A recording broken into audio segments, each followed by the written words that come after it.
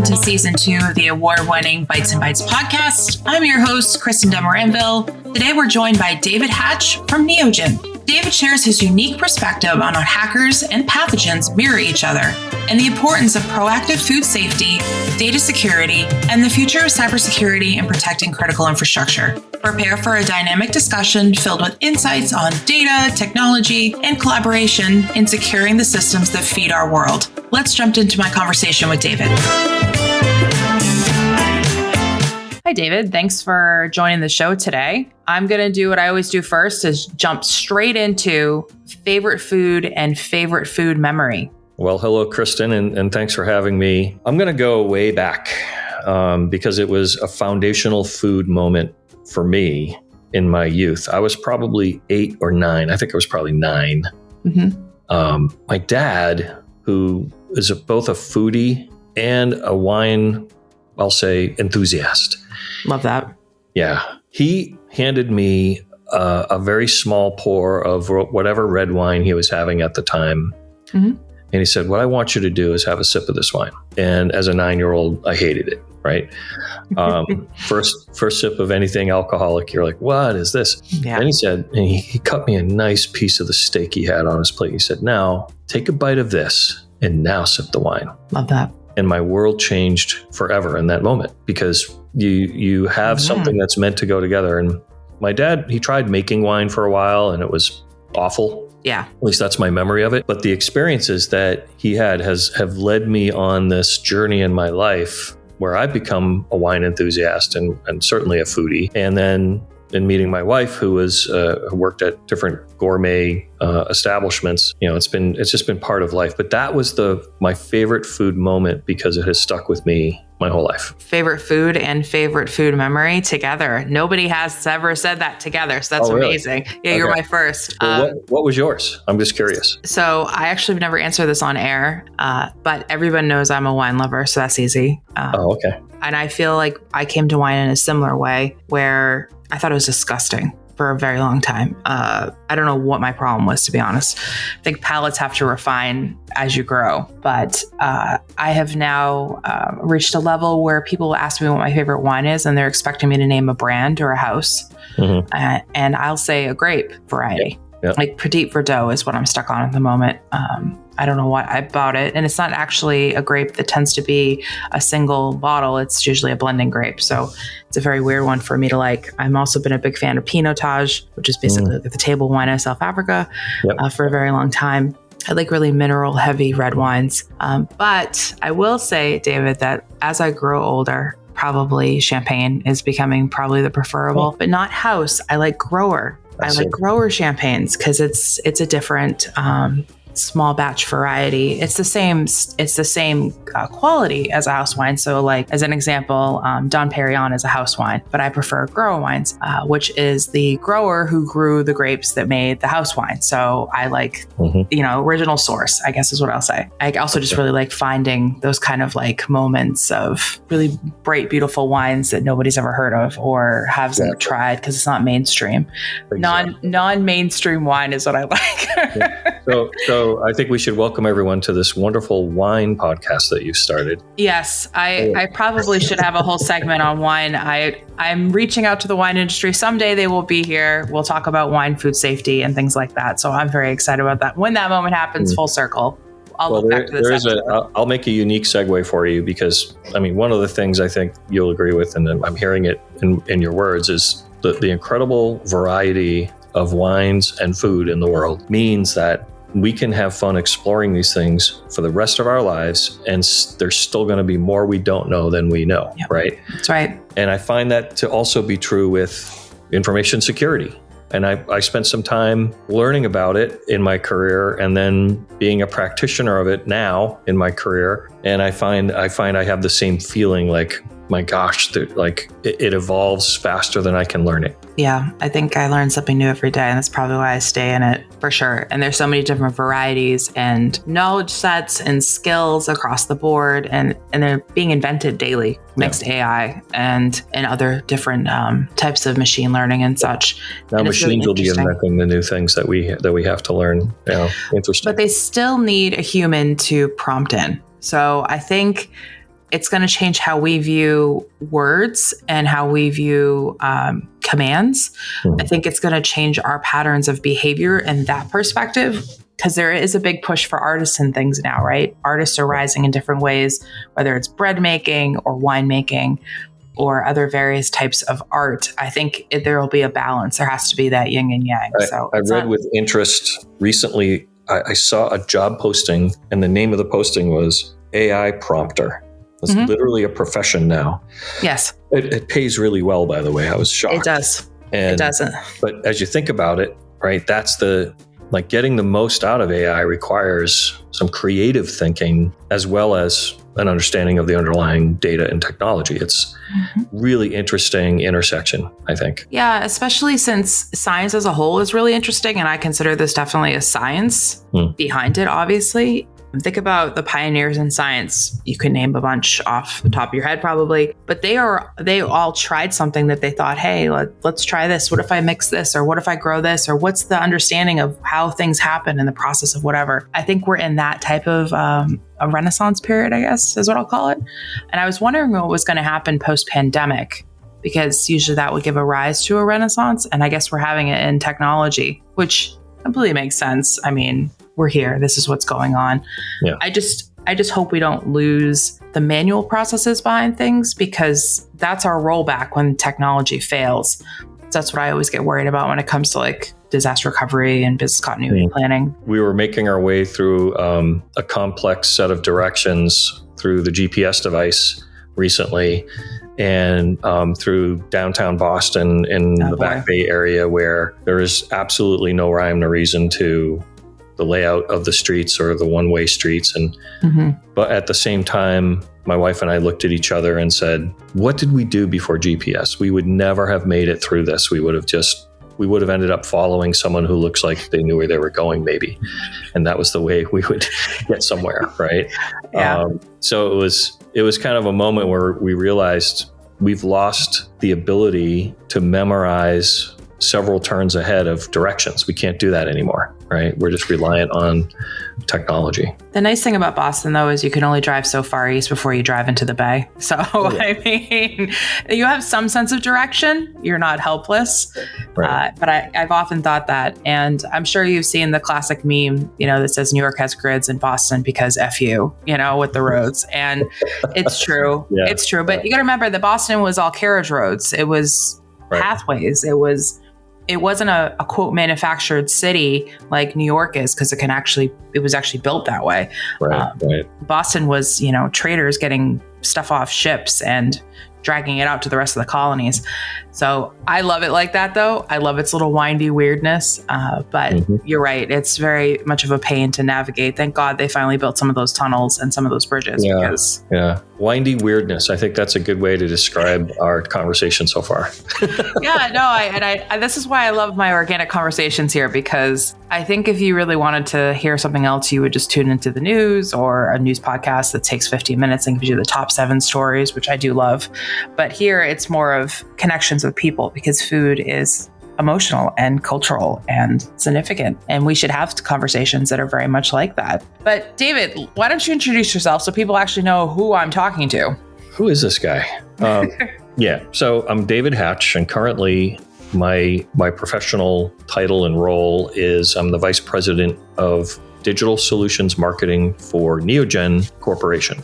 So a very large public company that operates in the food safety space, global company. I think we operate in 72 countries, and we have one of the largest footprints around the world for food safety testing devices and kits. We have a genomics business. We have an animal health business. I came to this role in this company through my work at a software company, happened to be called Corvium, which Neogen acquired February of 23. And Corvium was kind of the end of a segment of my career that I spent with several different companies in different roles, leading companies. I was the chief commercial officer at Corvium, but I've held CMO roles and other roles at other companies, all in the space of data, of technology, of business intelligence, of analytics and information security. In one particular role I had, I was the CMO at the Institute for Applied Network Security. I ran a research company called the Aberdeen Group, where we had a big information security research practice. So I've spent some time in that realm. I helped start up a security software company called Wind Talker. And that was kind of that was the 1999 to 2007 period of my career, all the way up until 2018 when we started Corvium. I got involved in turning companies around, doing pivots, helping investors make something out of something that might have not done so well in the past. It's kind of making something out of something. I love it. Something out of something. Prior to that, I started my life in television, of all places, and a career up in Boston working on the sports broadcast for the Red Sox and Bruins. But it was that experience that gave me my first touch with how data can make a difference in a business. That's right. And I'll just tell that story real quick, because it also led to my first brush, even though I didn't know it at the time, with information security. There's a station in Boston, it still exists, called WSBK TV 38. It's back in the day, it owned the broadcast rights to the Red Sox and Bruins and the away Celtics games. And as a result of that, we owned a huge tape library. And this is so far back that it was actually on physical tape, up in a room with the big sliding shelves that slide across the room, a massive library of 1-inch reel-to-reel tapes that came directly from the broadcast units out at the ballpark in the Boston Garden Arena. And around that same time, this little company down in Connecticut had started up called ESPN. We didn't hear, we were like, what? Who's this? Oh, they have a sports desk and they broadcast sports 24/7 on the cable, huh? Wow, that's a crazy idea. They'll never make it. Famous last words. But they would call us up and they would be looking for highlights. And so what we would have to do if we were to say yes to them, and they were willing to pay a lot of dollars per minute to license our highlights. So it was in our interest to say yes. We would have to go to another room where we had 3-ring binders full of paper. And those of us in the food industry listening in now are going to start to see how this relates. Don't we all have those 3-ring binders full of paper, right? And the industry, in the food industry right now, is in the process of digitizing that data. Well, that's where we were back in the day in television, because for me to say yes to ESPN, I'd have to have an intern physically turn the pages and find the tape number and the time code of the highlight that they wanted. And then we would microwave beam it, because there was no internet. Yep. I'm really old, right? There was no internet. And so most of the time we'd have to say no, because there wasn't enough time to do all that research and load up the tape and find the good camera angle and send them the highlight. Well, at the time, my wife was working at International Data Corporation, which is a research firm. And she was bringing home this research about this new technology called a relational database. And I was like, what's that? So I learned about it and realized very quickly, hey, if we put all the data that's in those 3-ring binders into a database, we would take the research step from 6 hours down to like 6 seconds. Yeah, you can just query it then. Yeah. Right. So we built a query engine database specifically to look up sports highlights. Awesome. Now, how does this connect to everything? So I very quickly realized and understood that if you make data searchable, you make it accessible and searchable, it has value. Yeah. And we also found out very quickly, if you do that, other people are going to want it. Yes. And so you have to protect it, especially if it becomes a financial asset to your business. That led me out of television and into actually a competing research company. So my wife and I sat at the dinner table looking across at each other, not being able to talk about work, which was fun because we competed. But I ended up running a publications business looking at publishing research about data technology. And I did that so I could learn more, because now I was in brain candy land for me. I love learning about technology. I love learning about things I've never discovered before. And I've had a series of those experiences along the way at research companies, software companies. I mentioned the Institute for Applied Network Security. And that led me to my last startup or turnaround company, Corvium, which was formed specifically to digitize food safety testing data, to automate the workflow of collecting that data, and to present it back to food safety professionals in a way that was more usable than an Excel spreadsheet or a 3-ring binder. And along the way, I started to like say, okay, how do I express the value of this? And that's when you and I think first met it was a while ago now, but yeah, it was like 3 years ago at the Food Safety Consortium. So, yeah.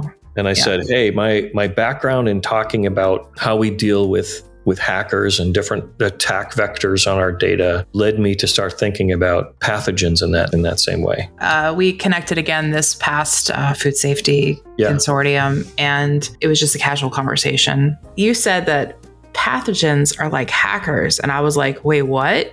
And I have a background in environmental management, and obviously I have a love for biology because it's connected to all the things that I love, like wine and animals.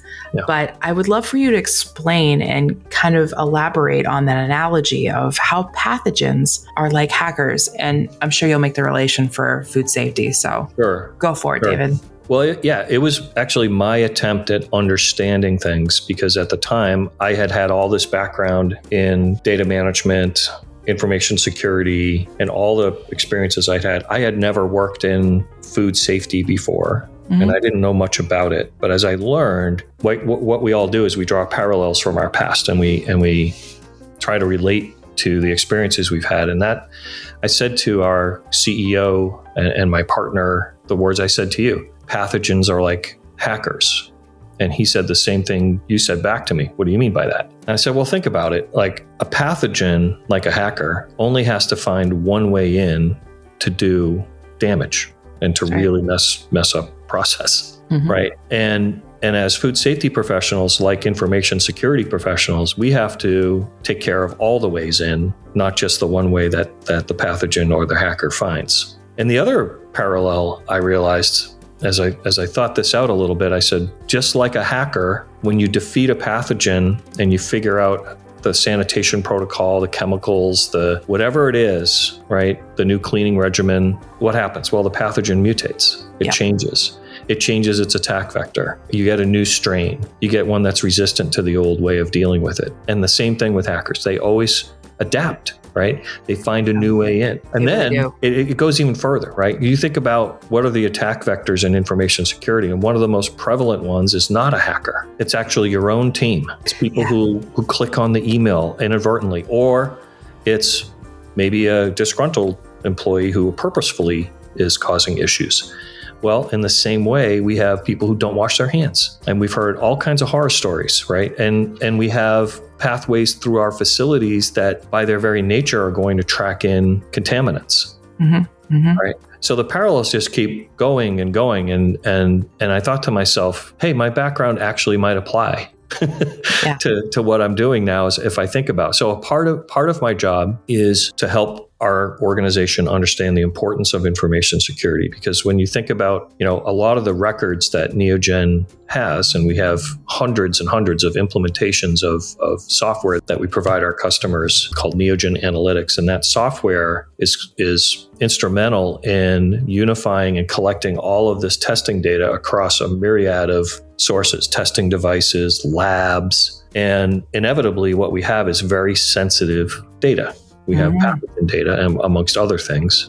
And of course, the last thing any of our customers want is to have their name or brand associated with, well, first of all, with an outbreak, but then a hack. Data breach. With a breach. Thank you. So I mean, it's served me well, I think, having that background to think about this in a way that, frankly, I think the industry is not really as up to speed on the technology or even the concepts and thinking and the techniques of information security. Hey there, and thank you for tuning in to the award-winning Bites and Bytes podcast. Whether you're a first-time listener or a long-time fan, I appreciate you being part of this journey. If you're enjoying the show, please take a moment to like, comment, and share. It really does make a difference. Plenty more insightful and thought-provoking discussions ahead, so stick around. Now let's jump back into the conversation.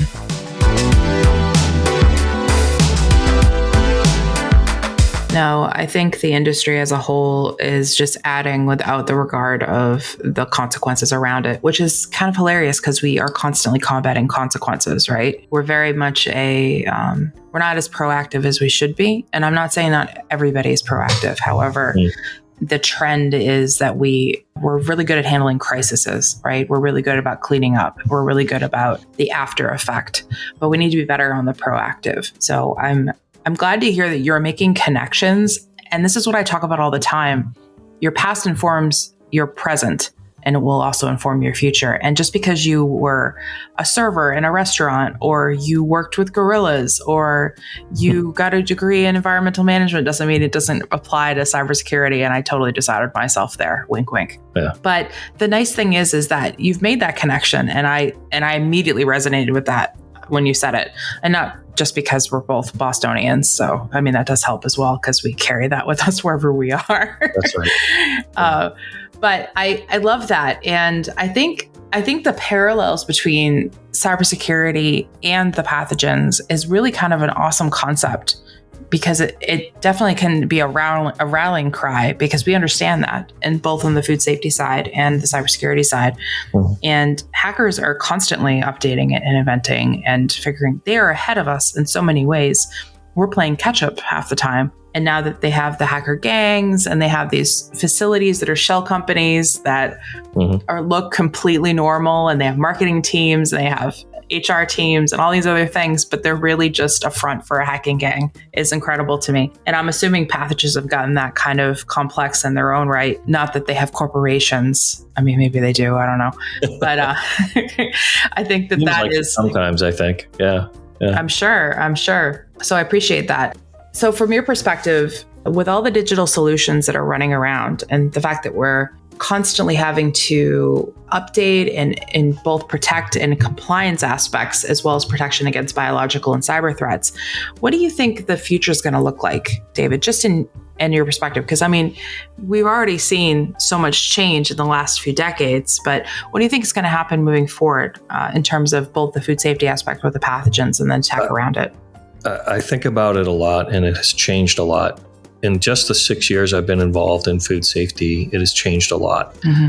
I'll say, first of all, if I take an outside looking into an organization perspective, and then I'll take the reverse as well. But if I think about the future, one of the things that over the past 6 years I've seen changing, and I've seen an understanding be gained, is gained within this industry, is there was a lot of resistance at first to cloud. And a lot of food companies are very hesitant to allow any of their food safety data outside of the four walls of their facilities, until you start digging away and you start asking questions like, hey, where does the data go when your external lab service sends you diagnostic results? How do they send that to you? Mm-hmm. Right? And invariably the answer is, oh, I get a COA, a certificate of analysis, in an email attachment, PDF. So they're attaching a PDF to an email. Is that email encrypted? Is the file encrypted? Mm-hmm. And more than 80% of the time, the answer to both is no. And you quickly get to the realization that the amount of information security measures and acumen that's in place within the industry right now is not aligned to what the fears of leadership are regarding the protection of that information. Mm-hmm. Well, over time, so putting it in the cloud has been perceived as being more dangerous. Well, over time, we've gotten around that. And the way we've gotten around that is to show that, well, when you're dealing with a cloud connection, that connection can be secure, and the data that's resident in the server that you're actually attaching to, it is somewhere, can be protected. Mm-hmm. And the communication back and forth can be protected. And if you're working with a company that actually has and is steeped in information security acumen and capabilities, you actually have a higher chance of protecting that information than you do if you're just relying on whatever IT team you have to set up your email server, which, as we know in the food industry and most food companies, is not where the investment is being spent. Correct. So one of the things I'm seeing is, to answer your question about the future, is there is now a movement finally in this industry to modern day cloud computing, to both increase efficiency of communications and speed up that time to information and automate some of the the interactions that are happening. Why wait for someone to open an email, print out a PDF, put it in a 3-ring binder, go get it on Monday to use it for a management meeting? Why wait for that? When as soon as that result's available from the LIMS system at a lab, boom, it's in your system and it's already triggered your corrective action, right? So there's this automation that becomes possible with cloud computing. And I think the food industry is one of the industries I see coming in last place in terms of adopting this kind of technology. I've seen it already adopted in healthcare. I've seen it adopted in the financial services world and travel, right? Sure. I mean, when's the last time that you balanced your checkbook by hand? When was the last time you wrote a check? When's the last time you wrote a check, right? That digital transformation happened a couple decades ago, 15 years ago. Yeah. Right?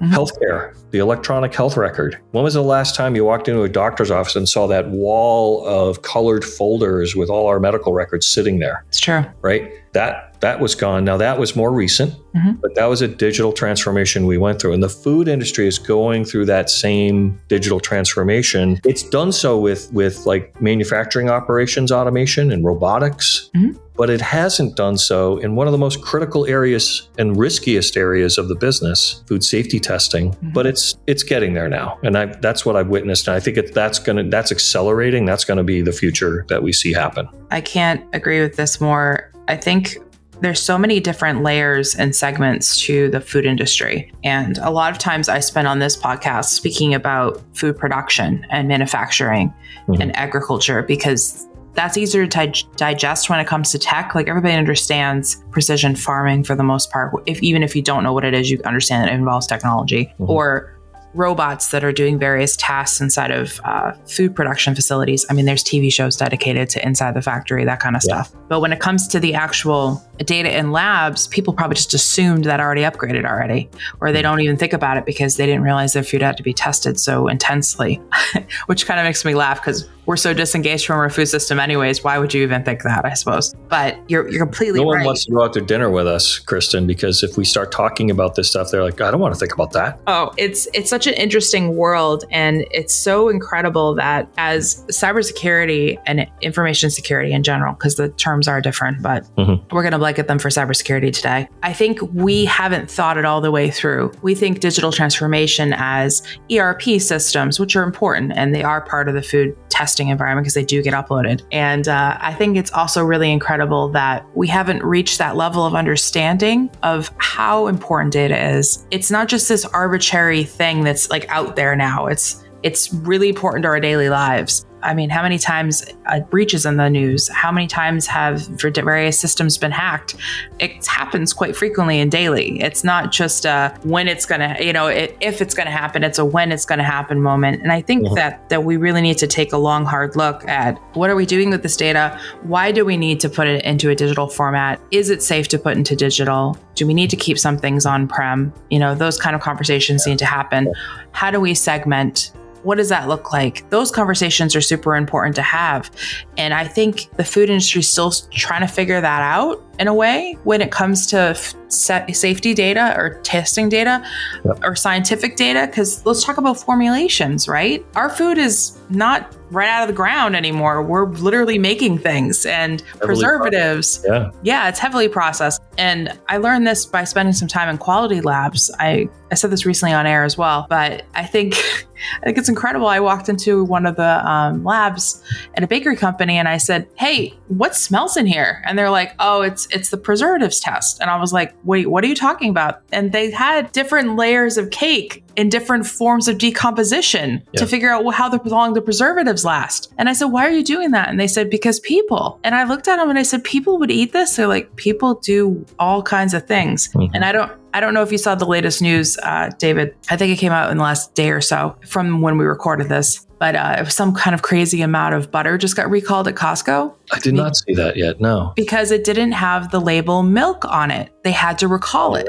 Right. And I had a few friends that messaged me and they said, this is silly. Why? Everybody knows butter's made from milk. And I said, no, they don't. Number one, because our food is so processed and we're so far removed, they don't know that. Two, by law, it has to be on there because of allergens. because of dairy allergens, because somebody could turn around and sue the company. But if the recall's out, they can't turn around and sue, even though it's a volunteer recall, of course.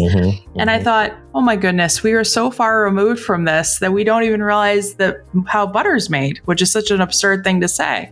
But we're at this place. So if we can't get that right, David, I always wonder how we're going to get through this data, evolution, if you will. And I was watching the documentary Poison that our good friend Dr. Darren was in. And do you remember the part when they were scraping the side of the eggs with like a little tester that they inserted into this mobile device? And they showed some of the mobile device, and I immediately, as a cybersecurity person, was like, no, don't show these things. Like, we don't need to give people, more information to get to stuff. But I thought, if we're already using that kind of tech that's clearly feeding directly to a Wi-Fi device that's probably going to a database in the cloud, what are we doing to protect all of that? From the network to the device to the data. And of course, my brain was so focused on that, I missed the whole like chicks on conveyor belt moment, which everybody got upset about. That's upsetting, right? These cute, fuzzy little creatures that we're breeding to eat. But what you're talking about, that's the exact business I'm involved in now.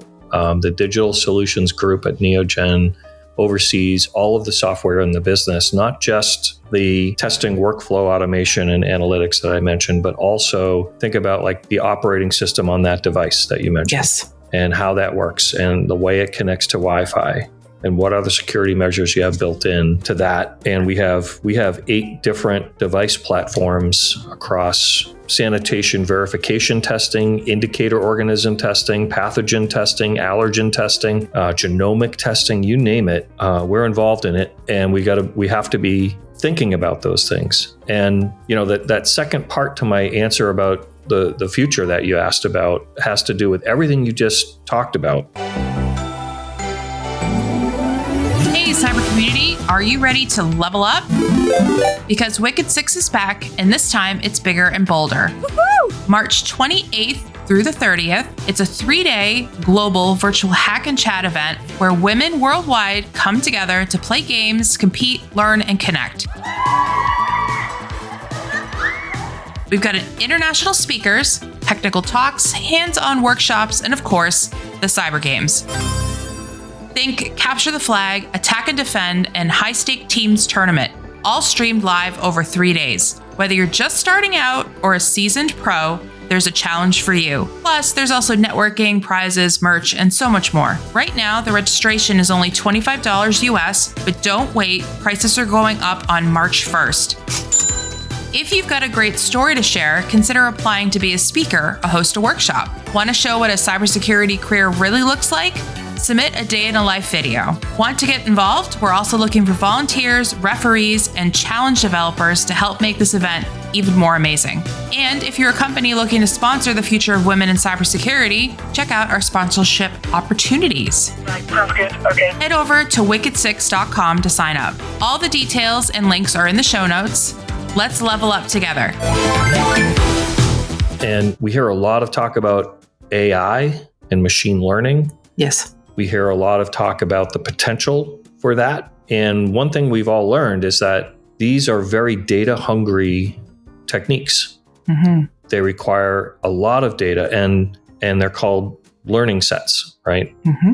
And for the machine to learn, it needs to be told what data to look at, how to look at it, what queries that it can make itself to its own data. We're getting into that. We're looking at it. But the fact is that most of the data is still not digitized. And when I say digitized, because it's in an Excel spreadsheet doesn't mean it's truly available in a digital format. It is in a file that is somewhere, but it's probably not connected. It's probably not in a database where it's connected and integrated with other data. And this is where I think things get really interesting is we're going to start seeing, like right now, we've developed the ability we can teach a machine to look at itself, look at its own data, understand what the rules are. The rules are, I can't have a bacteria count over X. Or if a non-conformance happens and it's in a zone 1, then these 3 people need to know, and you need to launch this corrective action protocol, right? So we're starting to teach the machine not just how to learn from the data and how to alert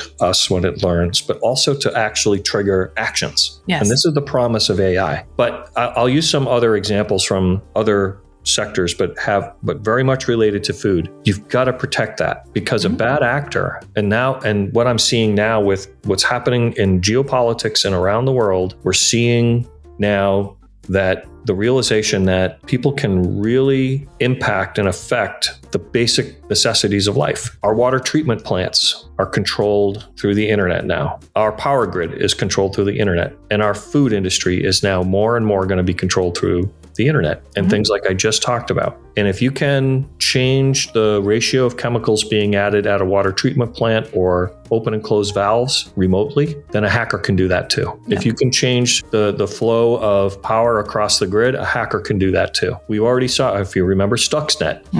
Someone, we won't name who. We have air quotes. We have air quotes going right now like crazy. Someone was able to shut down nuclear power generation in Iran remotely, right?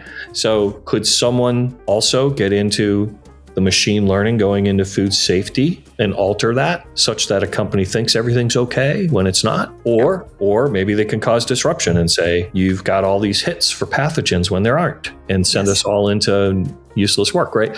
So I think about that all the time. It's what keeps me up at night. Little things keep me up at night. You mentioned labeling. Every sample pack, every sample that's collected in a food processing plant, all the sampling for pathogens, sampling for organisms, sampling for allergens, all of those samples get labeled. And they get labeled with a label number, and there might be a test number on it. There might be another marking on it indicating, what is this test for? Is it for listeria? Is it for salmonella? And that goes to the lab. And a lot of those labels are handwritten. And so they get to the lab, and the lab tech looks at it and says, is that a 7 or a 1? Yeah. And so they call the customer. You just sent me 10 packs. I'm looking at number 7, or is it number 1? What am I looking at? And the person says, that was Kristin who wrote that down. Let me see if she's here, because I can't read her handwriting either. Yeah. Oh, Kristin's on vacation. Uh-oh. Yeah. Or worse yet, they don't call. That's a 7, they think, and it's a 1, right? So we have this, now we have a digitized label. We can get around that problem, only we might have created another problem, which is the vulnerability of that data, right? So you always have to be thinking about where are the gaps in the process, in the information process, right? So there's information security, and you're right, cybersecurity is different. The way that gets attacked is cybersecurity. Thinking about how to secure that information that you own, that's information security, right? So it keeps me up at night for sure. Do I have an answer to it? No, I don't. Yeah, I've unfortunately seen a lot of this spoofed in labs, and we already have examples of happening in the real world of this exact thing that you're talking about's happened. And it's here. It's not a movie situation. It's not a speculative thing. It's happening. And it's scary because people don't want to believe in it, if you will. There's almost like this whole, and as you were talking, I was thinking about the disinformation, misinformation campaigns that are all around the geopolitical and all around these other things. We've already seen that happen in so many places. And it's in the food industry, it's prevalent. Again, going back to the butter being recalled, because people should know that milk is in it automatically. Should they though? I mean, I have questions. I think if it's printed, it's much more believable than if it is not. But then again, you get into the misinformation around it. Well, it's a known thing. For printing that? Yeah. And not all hackers or not all bad actors are out for financial. Some of them are out there just to be disruptive because of nation state. It's hacking as a service is a thing now, that kind of thing. And it's scary to me that as human beings, we're so bad to each other that we're now attacking food systems. Come on. It is a system. It's connected to other systems. If you mess with that system, it's going to affect other things. It's actually going to make it worse all around. And you're just going to create chaos ultimately. And I think as I was listening to David, I was thinking about how do we start educating people? It's about awareness, right? Not only the general public has to be informed to some degree because data is important for them to understand and what they're doing with it, but also the people who use it. How do you train? Hey, you need to get your numbers correct, or you need to verify and then re-verify. How do we do that? How do we create more of a data-centric positive culture rather than this is all the bad things that are going to happen, but this is all the really great stuff that happens? Do you have any viewpoint on that? I do. And there is some good news. And I don't want to be a doomsayer and say I don't have a solution for that. I mean, protecting that information once it is digitized is becoming a more and more well-known thing. But it requires that you have people who understand how to do that as part of your organization, right? And that's one of the gaps in the industry that I see. As we get through this digital transformation, we're going to have a trade-off, and we're going to have the gaps that I just mentioned, like that analog writing of a label is a gap that creates a real issue. And so I like to use that example. But we're going to create other issues that we have to anticipate. So I'll give you another example. And this kind of illustrates, I think, both how scary this is, but also the awareness we need to have at a local level and at a national and even at a global level. So, there are companies that make really sophisticated farming equipment. Well, if you've been out to Indiana to a very large farming operation, what you see are massive, the size of small buildings, machines out in the field. And these are very much now computer-controlled devices. And the things that they do are set up that way so that very, very large swaths of land can be farmed properly. Well, in my days as the CMO of the Institute for Applied Network Security, I got to attend a lot of interesting events that scared the heck out of me. and they scared the bleep out of me. And this one story did so, but it also gave me a great example of like how to think about things. So imagine this tractor, and it's the device on the back of the tractor is set up to plant seeds exactly 6.2 inches in the ground after the field has been plowed. And so it's this big array out the back of the machine, and there's all these rods that are pop into the ground, popping these seeds into the ground, and off it goes down the field, down and back, down and back. Only it didn't plant them 6.2 inches in the ground. It planted them 1 inch in the ground. And the rain and the wind swept them away. And now an entire nation's food supply has been impacted. Because imagine if all of those machines were on the same network. Imagine if the data being collected. So now you got to think about and anticipate, because the person that presented this actually wrote it up in a paper and sent it to the Department of Agriculture to say, okay, guys, you need to keep up with the technology that's happening out here in the world, and we need to be able to defeat this. And maybe sometimes establishing that unified network of all this data together is not a good idea, because you've opened up an opportunity and a vulnerability to get at everything at once. And we can't have that. As one of the largest agricultural food producing nations in the world, we especially can't have that. There's 335 million people who kind of like to eat every day, right? So how do you defeat? Well, sometimes you have to look at it and say, actually, if we compartmentalize this, we can at least reduce a problem down to something that's not going to impact the entire supply chain for whatever that food type is. And we got to think about that the same way, because we're not talking about a pocket industry here. We're talking about the world's largest industry. And we got to think about how we keep control of things, which is why I think a lot of food companies are very much keeping their data close to their vest and saying, I don't want it out there. First of all, I applaud them for having integrity there, because a lot of people don't. We know this. We can name a bunch off the top of our heads probably. But the problem is that the vendors that they use, the third parties, it's not the network. I think what people get confused is they think that it's the network that the tractor's connected to on the farm, which is also a problem. But it's the vendor's connection to the vehicle, right? So that's the issue. We're worried about interception there. It's not necessarily the farm connection. People forget inside these facilities, some of these vendors have connections directly to their product, whether it's the microscope or it's a testing device or it's a production line or it's a robot or any of those things. These vendors have connections in to be able to do firmware updates, upgrades, maintenance, all this other stuff. As a consumer or the company that's purchasing these products needs to read very carefully your user agreements. Do they have connection to us? What are the ingress egress points of my facility? I need to understand where the data is moving, because those visualizations of data swirling around us. But the problem is you can only control what you can control. But if you brought something into your facility, and I have a great example of this, it was a grain factory actually I was at in California, and I walked into one of the production offices and I said, hey, what's that on the wall there? It was a server, had a network cable connected to the wall that was connected to the internet. I said, why is it in a cage? Like, what is this? Is that ours? And they go, oh, no, that's our vendor. And I said, don't you think someone should know about that? And they're like, no, it's a vendor. We trust them. Oh, do you? That's nice. What happens when that vendor gets popped? Are you going to be responsible for what happens in this factory? And this factory had already had issues. People had unfortunately lost their lives. And I keep thinking to myself, I would want to know, as a safety person, as a production manager, any of that, all the things that could potentially hurt my employees as well as anybody else beyond the walls of this building. Yep. Or if I'm adding a pathogen to the environment, as an example.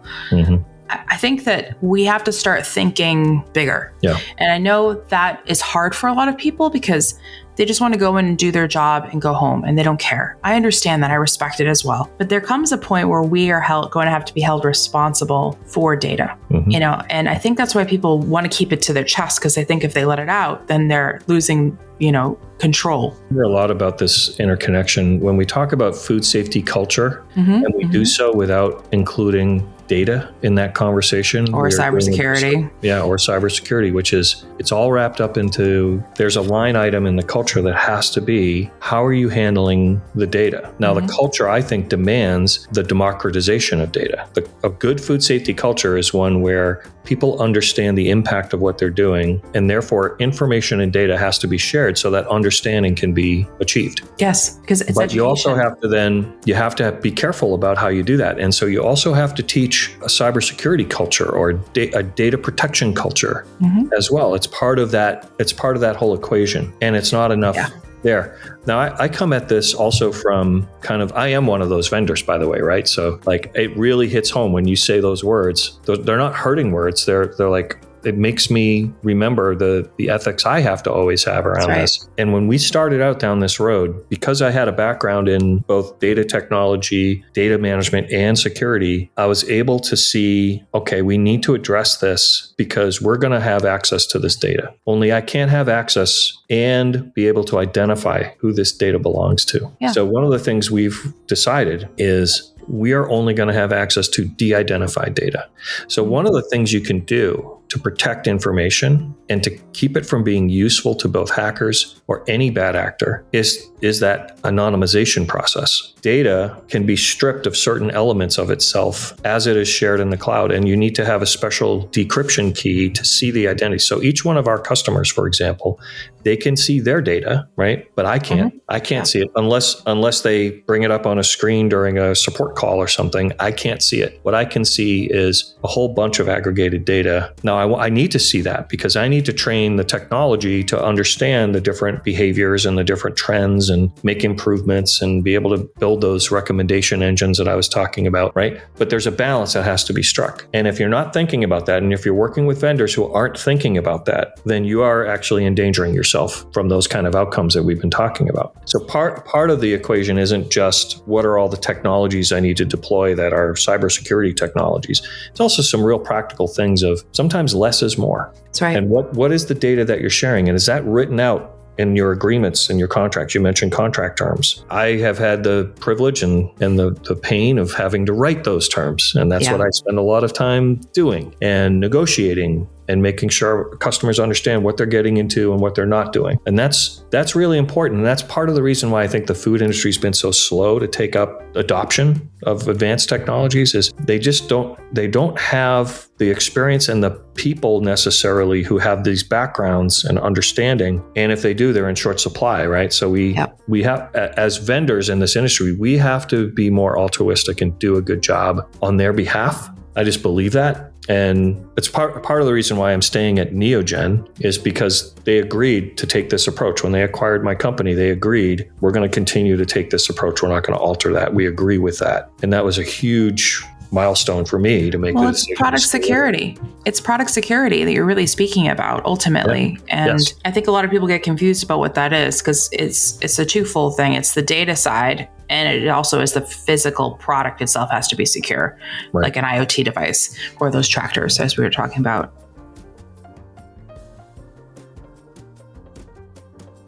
I think your journey to this actually started when you were in broadcasting too, because you had to authenticate the clips. You had to make sure what you were showing was accurate to what it was. It wasn't just some arbitrary batting cage moment. It was the proper what they wanted.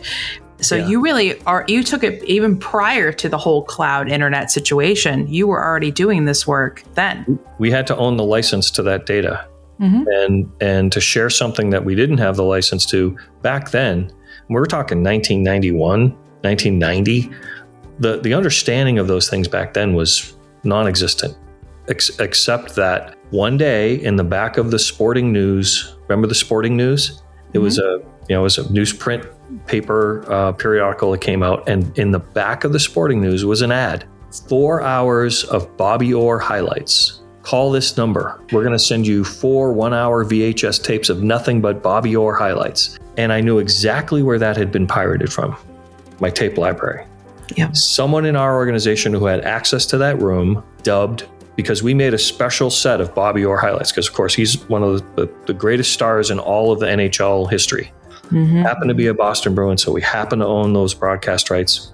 So we took the time to edit together a whole package because we kept getting calls. It was one of the most frequently licensed highlights that we had. And there it was. And we were like, how did this happen? Well, it was a physical breach of security. Absolutely. Because that video was not, there was no internet for it to be on, right? But it was an early lesson in information protection or data protection for us. And it was appalling because now it's out there. And once it's out there, it can be rubbed, it can be, it's gone. Yeah. And I think this is what people don't understand about, specifically ransomware when they're holding your data. They have taken your data and they're going to put it on the dark web and they're going to get a double or triple payout from it. And you have made it too easy. Don't make it easy for people to take your stuff. It's why we lock our doors. It's why we have alarm systems. It's why we do different things. I'm glad that you're using two-factor authentication with your customers. Those kind of things are important. As much as they're super annoying, you have to take 3 extra seconds to enter in a key code, but it keeps your data safe and you don't have to deal with, maybe your job loss or people get hurt. Yeah. That 3 seconds can make the difference. I know that sounds so extreme, but it does make the difference. It warms my heart when customers ask, do you support single sign-on? And I say, oh, tell me about how you're doing that. And they tell me, and I go, oh my gosh, you guys are employing some good security practices and protocols in your organization. Yes, we can. Of course, we support that. Thank you. Because my fear is always someone's going to log into their system on their smart device and then leave it in the taxi.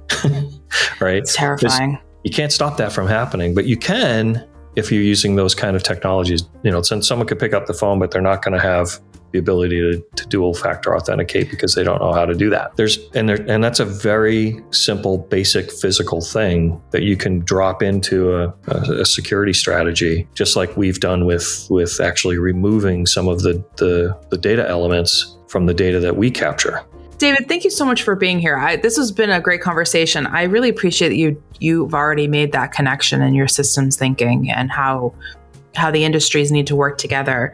I do have one last question before we go. Sure. Do you think that there'll be more hybrid type roles moving forward in the future, especially when it comes to specializations in food safety and technology, because we are becoming so blended in so many aspects? I do. And, at the Food Safety Consortium in Washington, where you and I met up again and decided to do this, I was on a panel discussion there with a couple of experts. And one of them was Barbara Kowalczyk from George Washington University. And she's had a long career in teaching and developing curriculum around the answer to that exact question, which is, I think a lot of the next generations and even the generations entering the industry now do have that blended or that hybrid skill set kind of built in. They might not even look at it that way. They're just expecting, I think, that organizations that they're joining will be thinking about these things and will have a need for those skill sets to be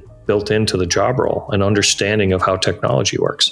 Right. And this is from a food safety tech to quality manager to a lab tech to a lab manager. All of those types of roles are now interfacing with technology and data in ways that are new. But the expectation among people that are being hired will be that that's there and that those skill sets are needed. And I think it's going to be driven by these generations entering the workforce more than anything. Agreed. And I think the flip side in cybersecurity, whether it's operational technology or industrial control systems or any of those other things, we need to know more about the industries that we serve. So if we are interacting with food, if our devices touch food, we're going to need to have a better understanding of food safety and of quality to understand what we're doing. In sanitation too, I mean, obviously. But I think that whole experience is going to really open up. And I'm having more and more conversations that are leaning that way. It has definitely been, I think it's the silver lining in the grossness of the things that I see, and I'm sure you see too, knowing that we're going to shift our perspective and our job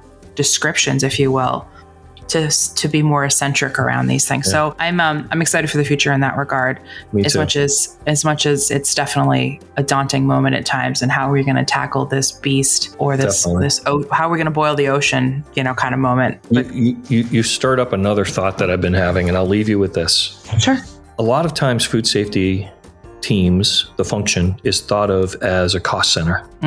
We have to comply. And to do that, we have to spend money to make sure we're complying and doing all the right things and we don't get caught. And I hate to say it that way, but that is a lot of the attitude that I'm confronted with as I'm talking with customers they have to look at it that way. But more and more, what I'm seeing are organizations that are coming around to understanding that food safety could actually be an opportunity center. So what do I mean by that? Well, when you can start to see the data, you can start to see things coming out of food safety data that go way beyond compliance to government regulations or to an auditor or to a customer requirement. You can start to see things like, hey, when I see this trend, I know we're headed for another situation where it's going to end up with, I've got to do a full tear down of this device, this grinder, this slicer, whatever it is on my line. Why don't I actually change my maintenance and my cleaning, my sanitation practices now so I can avoid that very expensive outcome later?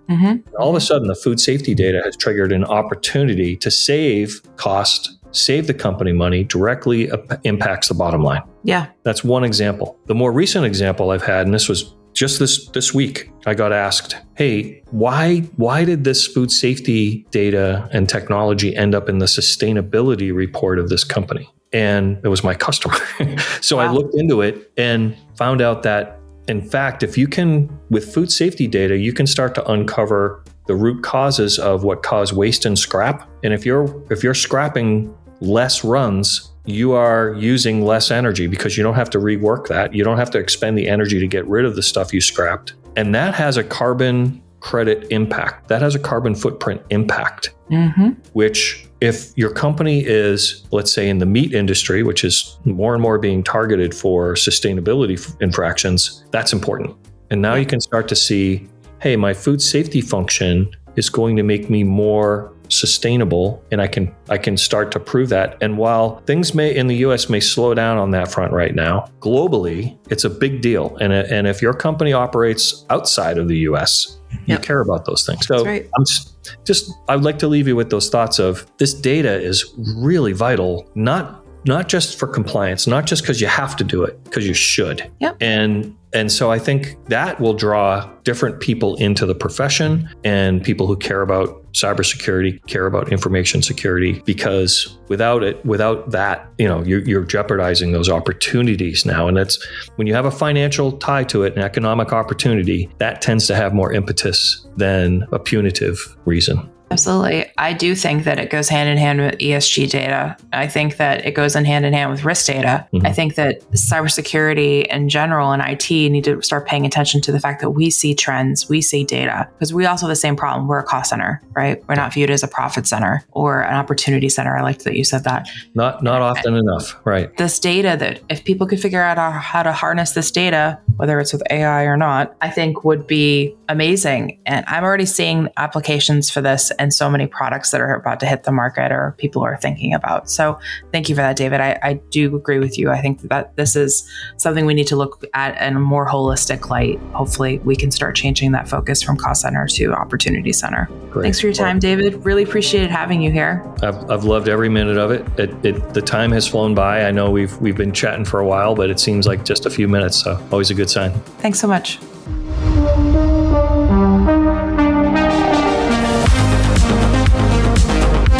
Thank you for tuning into this episode of the Bites and Bytes podcast. Big thank you to David Hatch for sharing his insights and experiences.